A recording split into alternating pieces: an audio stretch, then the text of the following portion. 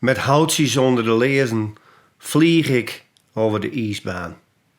Op het brede zwarte ijs een hardrijerij van een legere school. De start tussen de lichtmasten, de baan recht op mooie palen. Ik sta naast een klasgenootje achter een rode streep in het ijs.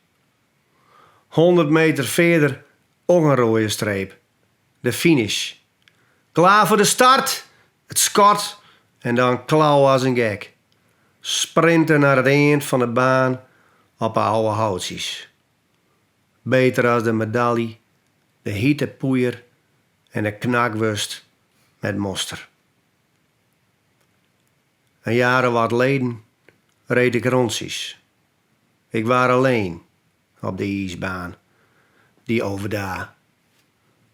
De lichtmasten stonden als bevroren in de tijd. En ik reed op het rechte eind op mooie palen. Ons spaken en de meesten uit het dorp reden hier ook, dacht ik. En las de namen op de steen van het hof naast de baan. Zond door dreven winters enkel een en zeevogel in het water. Er had geen ijs weer uit en de lichtmasten scheen niet meer. Ik loop door het dorp naar de ijsbaan en stap over het roestige stek. Dooi water van de eerste nachtvorst drupt van de lijf van de ijstint. Als reliquieën staan de lichtmasten in de waaien.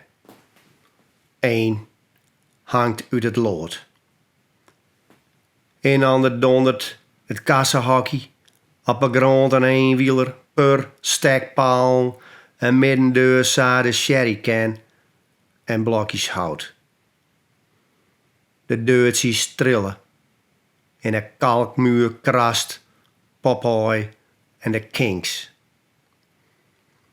In het skaat van de ijstent vreet een schaap van een beriepte graaspaal. Wordt de rubberen mat van de dooide ijspret ooit weer uitrolt.